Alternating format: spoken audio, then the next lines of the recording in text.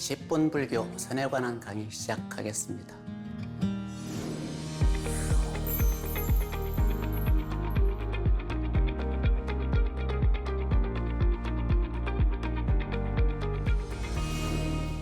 이전 시간에는 중국에 처음 선법을 전했던 보리달마가 중국 땅에 온 까닭, 중국에 놀러 온 것도 아니고 누구를 가르치러 온 것도 아니고 중국에서 자기의 법을 전수받을 후계자를 찾으러 중국까지 왔다. 붓다로부터 전해진 정법안장을 중국에 토착화시키기 위해서 그 토착화는 사람을 말미암아 사람에 의거해서 사람이 만들어내는 것이기 때문에 중국으로 사람을 찾으러 왔다. 그 인물에 해당하는 것이 태조해가 대사입니다. 이로써 달마 이후로부터 태조해가의 정법안장이 전승됨으로부터 이후 중국 사람들에 의해서 오늘날에 이르기까지 정법안장이 면면이 개성될 수가 있었습니다. 즉 조사가 서리한 까닭과 관련시켜서 몇 가지 살펴봤는데요. 이번 두 번째 시간에는 달마의 뒤를 이어서 약 200여 년 이후에 출현한 육조 해능조사에 대한 이야기를 살펴볼까 합니다. 육조 해능조사는 조계 해능이라고도 불리는 인물인데요. 638년에 태어나서 713년에 입적한 인물입니다. 달마대사가 500년대 초에 중국에 왔다는 것을 감안해 보면 약 200여 년 뒤에 활동했던 인물임을 알 수가 있습니다. 육조 해능대사는 중국 선종사 1500년 역사에서 평가받기를 달마대사가 서너 종자를 가지고 와서 파종을 했다. 그런 평가를 받는다면 해능조사는 달마가 파종한 서너 종자를 중국 땅에 뿌리내린 토착화시킨 장본인으로 평가를 받습니다. 즉 달마가 파종한 선법의 씨앗을 면면히 개성하여 육조 해능조사가 뿌리를 내리게 역할을 함으로써 이후 아주 굳건한 선종 문화가 이루어지고 꽃이 피고 열매가 맺게 된다는 이야기입니다. 육조 해능조사에 관한 사상 그리고 육조 해능조사에 관한 행장 즉 일대기죠. 이러한 내용은 육조단경이라고 하는 책에 잘 수록이 되어 있습니다. 육조단경은 특이하게도 선사의 어록임에도 불구하고 경자가 붙어 있는 것이 특이합니다. 우리가 상식적으로 알고 있기에 부처님의 설법에 대해서만 경을 붙이는 것이 상례인데 선사의 어록임에도 불구하고 단경이라고 해서 경자를 붙인 것은 그만한 해능조사의 권위를 인정해 준 결과이기도 합니다. 육조 해능조사가 살고 있던 그 시대에는 선사이면서 승려이면서도 붓다의 법을 받은 후계자를 조사라는 말로 불렀습니다. 그 조사라는 말은 달마 조사로부터 연유한 중국 선풍을 단적으로 표현한 용어이기도 합니다. 그래서 달마 조사로부터 연유한 그 선종을 조사선이라고 지금도 부르고 있는데요.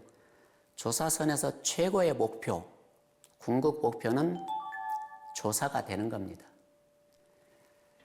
그 달마 조사 이후 해가조사, 승찬조사, 도신, 홍인, 그 다음에 육조 해능에 이르기까지 6명의 조사를 6대 조사라고 하는데 그 6번째에 해당한다는 의미에서 육조라고 했고 그 설법집을 단경이라고 이름을 붙였어요.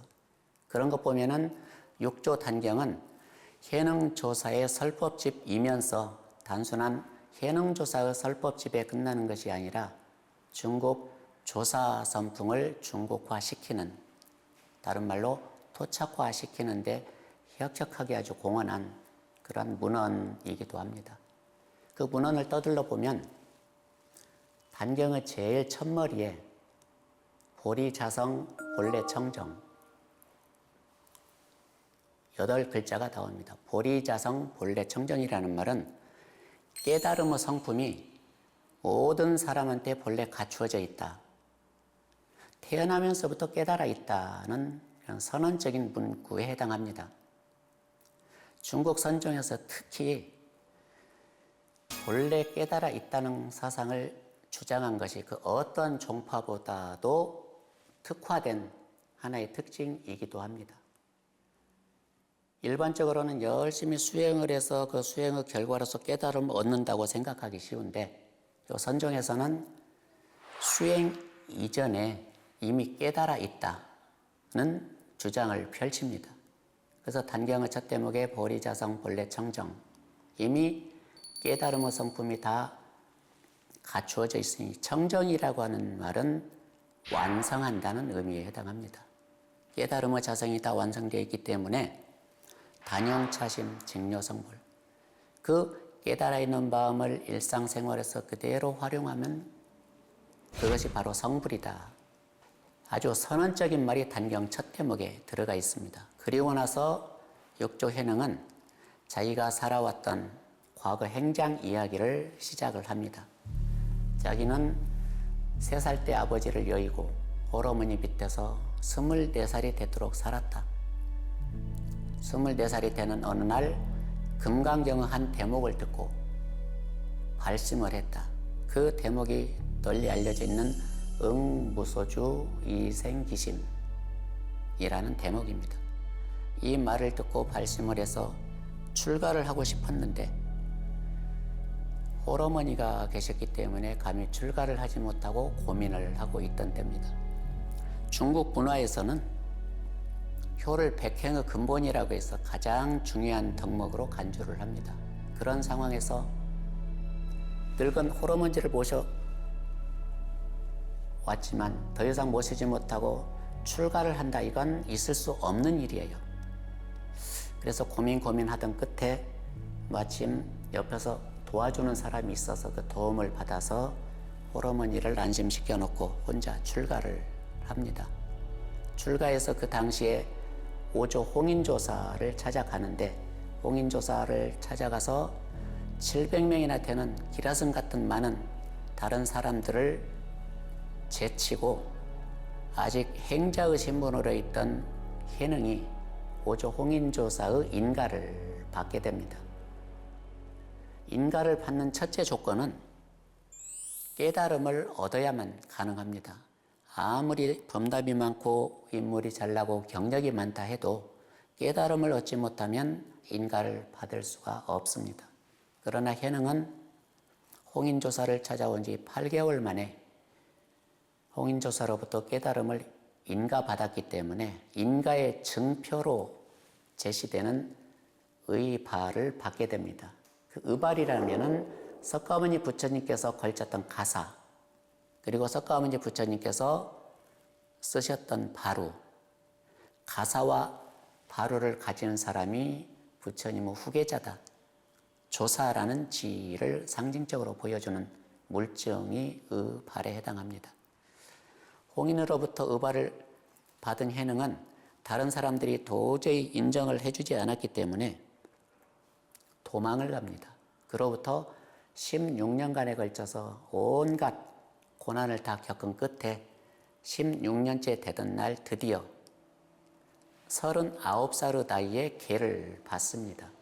24살에 출가해서 39살에 계를 받고 그때서야 정식으로 제6조 대사로 등극합니다. 그 6조 대사로 등극한 이후에 본인의 인연처를 찾아서 여기저기 물색하다가 드디어 조계라는 지역까지 찾아옵니다. 그때가 40살 때에 해당합니다. 그 조계에서 76세에 이르기까지 약 37년 동안 줄기차게 설법한 내용을 그 제자 법회가 모아서 기록한 책이 단경입니다. 그 단경에는 무수히 많은 사상이 들어 있습니다만은 그래도 놓칠 수 없는 사상 한두 가지를 든다면, 첫째는 마음법문으로 일관해 있다는 겁니다. 마음법문을 자성법문이라고 하는데 모든 설법의 내용을 다 마음속의 삼신, 마음속의 사홍사원, 또 마음속의 깨달음, 마음속의 정토, 모든 것을 다 자성법문으로 일관했다는 점이 해능조사 단경에 보이는 하나의 큰 특징이기도 합니다.